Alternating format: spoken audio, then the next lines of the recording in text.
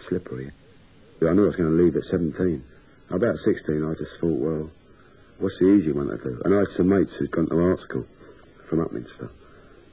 I went for the interview with my mum. I was feeling a bit embarrassed. I can't blimey, Mum, I leave it out. And we went to the interview, and he said, of course, you'll be one to go to the Royal College of Art, won't you? I said, well, I never heard of it. I said, yes, like that. He said, well, you haven't got a dog's chance, sailor. Like that. I went, oh, I see. And that was the first little bit of needle up I was there for 2 years. I got allowed into the third year somehow. And I met a painter called Peter Blake who started teaching it.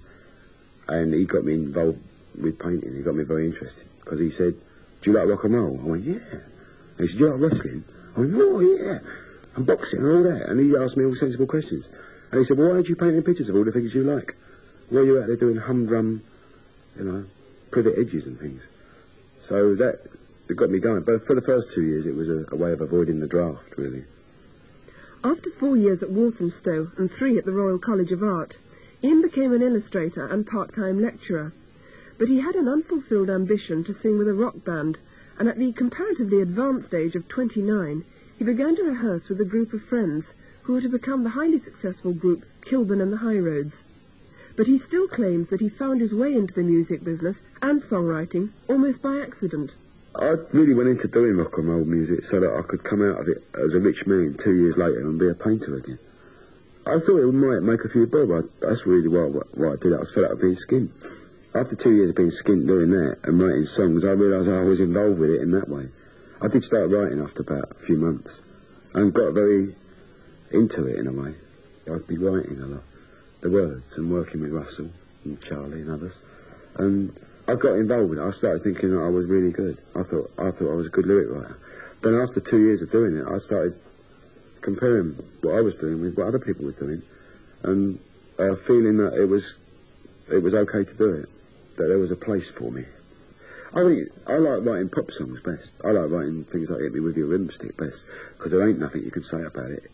Except one geezer said it was smug because it didn't have any content. And I like kids liking it. That's what I like best. The audience, old people and kids that you don't expect to like your stuff, but non-cognitively-assenti, you know what I mean?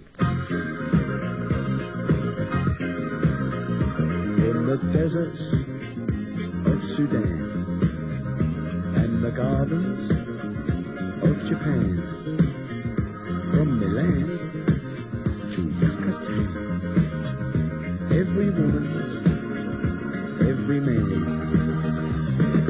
Hit me with your rhythm stick, hit me, je t'adore, ich liebe dich. Hit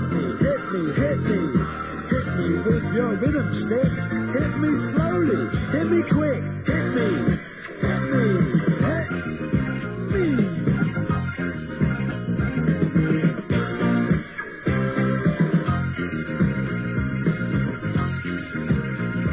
In the wilds of Borneo and the vineyards of Bordeaux, Eskimo, Arapaho, move their body to and fro. Hit me with your rhythm stick, hit me, das ist gut, say, fantastic. Hit me. Hit me with your rhythm stick. It's nice to be a lunatic. Hit me. That particular track was Ian's first #1 record with his own backing group, the Blockheads. But several years before he'd achieved that, he'd become one of pop music's most popular personalities. His songs are funny, direct and sharply observant, with a strong flavour of the old directness and vitality of the music hall. I asked him if he was aware of this feeling in his own work.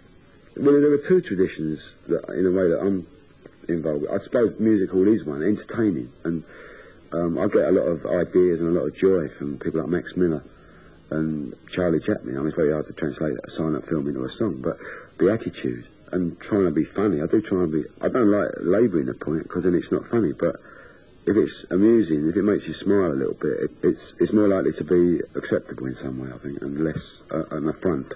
And rock music or pop music, as I work in, has really only been going about 25 years, 27 years, since middle 50s, and hasn't really got a tradition yet. The only tradition is that generally the stars of it burn themselves out and die. And I don't think that's a very good tradition at all. I think it's a ridiculous bloody tradition. My mate Humphrey, who's a painter, said one day there will be a rock and roll Picasso. It will still be kicking up sparks when he's 90. And that seemed like a good idea to me. Cheerfulness seems to play a very big part in your attitude and in your songs. I mean, they're about energy. Rock music's energy. It's a very strong thing to be with a band, and a bloody noise they make. You're unbelievable at rehearsal. It's much louder at rehearsal than it is on the stage usually. And the feeling that you get when you're doing it is very, very... It must be like playing football, which I haven't played for a while, but it must be the same. And you rehearsed a bit, and you practiced, and you're very alert, and you're concentrating. Your adrenaline's flowing, and people are there, and you're responding with the people. It carries you. You don't have to sit there going, I've got to crank myself up now. You're up. I suppose it's the extraordinary thing that you do generate this amazing energy, and the idea of someone who's suffered from a physical handicap preeminently is the idea that they don't have this energy. Yeah, a lot of time, if your physical handicap outweighs your potential or your movement possibilities, then you can't ever generate any energy. I suppose the more disabled and more unmoving you are, the less energy you can produce. But if you've got a little bit, you can waggle your finger up. A friend of mine had one finger up there and just a hole on the other side. And when he used this one finger, knife and fork and all that, his muscles on the right-hand side of his body, he had like Charles Atlas on one side, just from this one finger doing that. And all huge muscles down his back, just from this one finger. So it kind of explodes through you. Anybody with a disablement who gets a chance would just grab that chance and get going with it.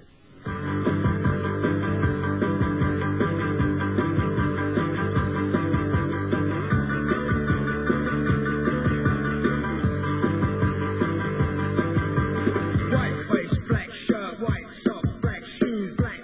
white.